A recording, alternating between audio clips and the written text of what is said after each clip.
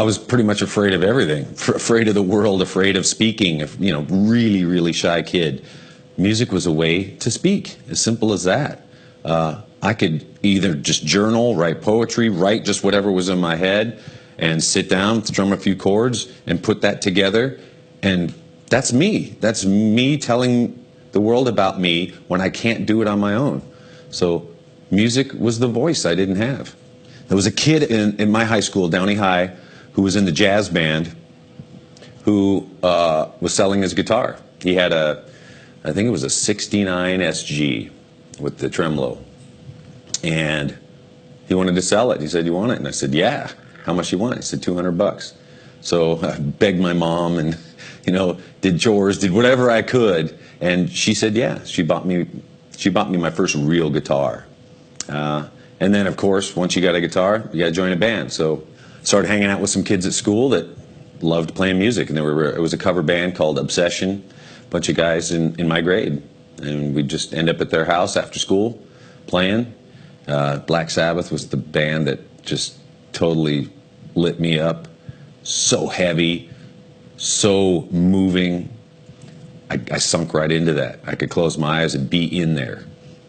Me and a buddy growing up in school, John Zander was his name, we would try and top each other, you know, every day. Like, hey, look what I learned. And then, oh, well, look what I got. And like, oh, damn. And I'd go back and learn something else. And then he'd go, ah. So the great, you know, high school competition, you know, got us to another level, which was great. And then at some point it was like, wow, you know, the guys I'm playing with, I need to play with better players. And I was writing, I wrote some songs. They didn't like them. They just wanted to play covers. And then I kind of decided, well, I've got to start playing with other people. So right then I kind of knew that I was on a quest. I wanted to get better. And some friends didn't understand that. They just, you know, why don't you, you know, just hang out with us? And I was on a quest to go places. I think it was my sophomore year, I went back to high school the summertime to gear up to start playing football again. And I had long hair at that point, and the coach said, "You have to get a haircut." And I said, "Yeah, but Eddie Van Halen's got long hair, and Michael Schenker's got long hair. I want to play football and have long hair. You can't do it." So right then it was one of those forks in the road that was pretty pivotal in my life that I had no clue about. And I kind of just said, well, you know, screw this. Do I want to be second strings, you know, playing football, or do I want to be up on stage, you know, with a mission, you know, speaking through music? I didn't know it at the time, but it was pretty much the right choice.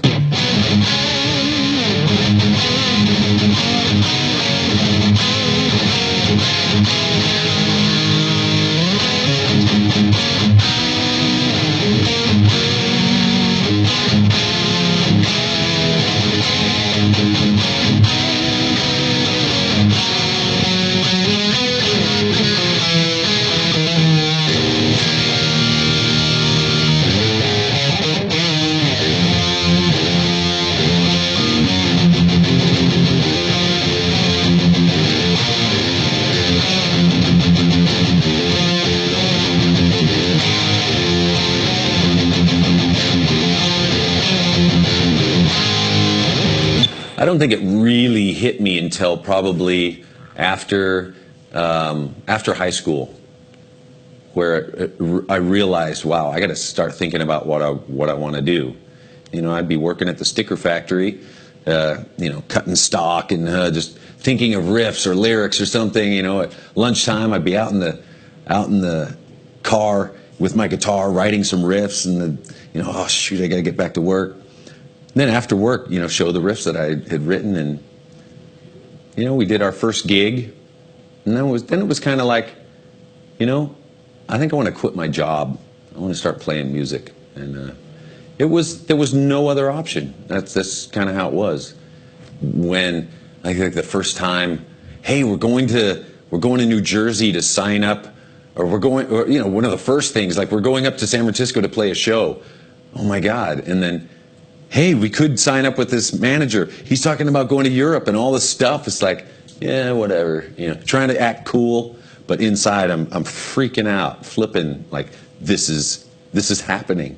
This is really happening. And all of us are friends and we get to do what we want. That's amazing. And every step of that way has been a little more of it. Every day we wake up, there is that reminder again that, dude, you get to do what you want to do and create. And it's sustaining you, it's sustaining your family. It's an amazing gift. So for us to keep track of that, you know, there was certainly a time when it got out of control. You know, the Black Album tour, out for a long time. I mean, that was the album. There was multiple divorces, lots of egos, you know, swollen to, you know, no one was right-sized anymore. Everyone was bigger than they should have been. But at the end of the day, when you look at this career is bizarre. People saying they respect you for your music, but then the validation that you get out there, it's unreal. It's like a fantasy. It's like these people think you're something more than you really are. So you got to stay grounded. It's like, God, I'm human, you know. So something comes back again and knocks you back down and to reality, you know. And you realize that I have a gift of playing music. That's what I got.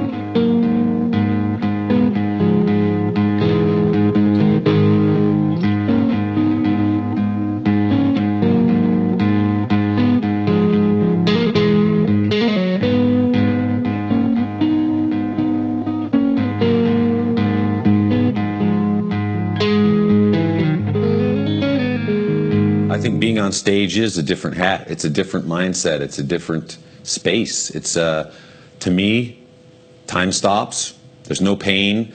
It's like, you know, when artists talk about being in the zone, that is the zone. I could get in that zone even here, just sitting playing and forget you guys are here. Somehow the world goes away. Whether that's good or bad, it's difficult to come out of sometimes. But, you know, that's the curse of it. But the blessing is there is that focus, and there is that sense of purpose, sense of being, sense of communication, sense of creation. That's a reason. That's a reason I'm here. There's times when I haven't played for a couple weeks, and my wife will say, "God, you're grumpy. Go play guitar." It's like, "Oh yeah," and I'll go and I'll play, and then, "Oh, I feel better now." It's just what it is. It's a part of me. It's like I got to have it. You know, it's my coffee in the morning too, and it's my chill in the evening. The music just makes us do things that we normally wouldn't do. I mean, I'm not going to be jumping around here, you know, screaming in people's faces, you know, by the power of some riff coming out of this amp, you know. It's just kind of unfriendly, really. It's rude. Downright rude. But that's what we get to do on stage. We get to express the music out of every pore, out of every part of us.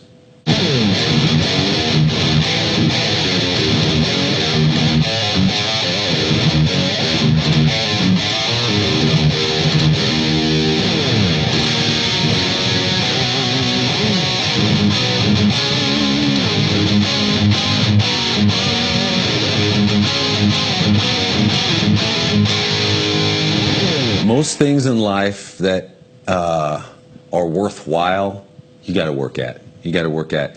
You get out what you put in. As simple as that. That's a kind of a universal law. So yeah, it's not pick up the guitar and go ha ha, which I've done, you know, in front of the mirror lots. You know, hey, I'm really good, and you got to have that attitude too. But it does take work. It does take you know, some dedication. You know. But if you love doing it, it's not as hard as it could be if you're doing something you're not as interested in. There's nothing more inspirational than me plugging in to an amp that's dialed to my sound and turning it up. There's just nothing more inspirational. I could write 20 riffs just like that if it's passing through me, you know. There's just stuff coming through.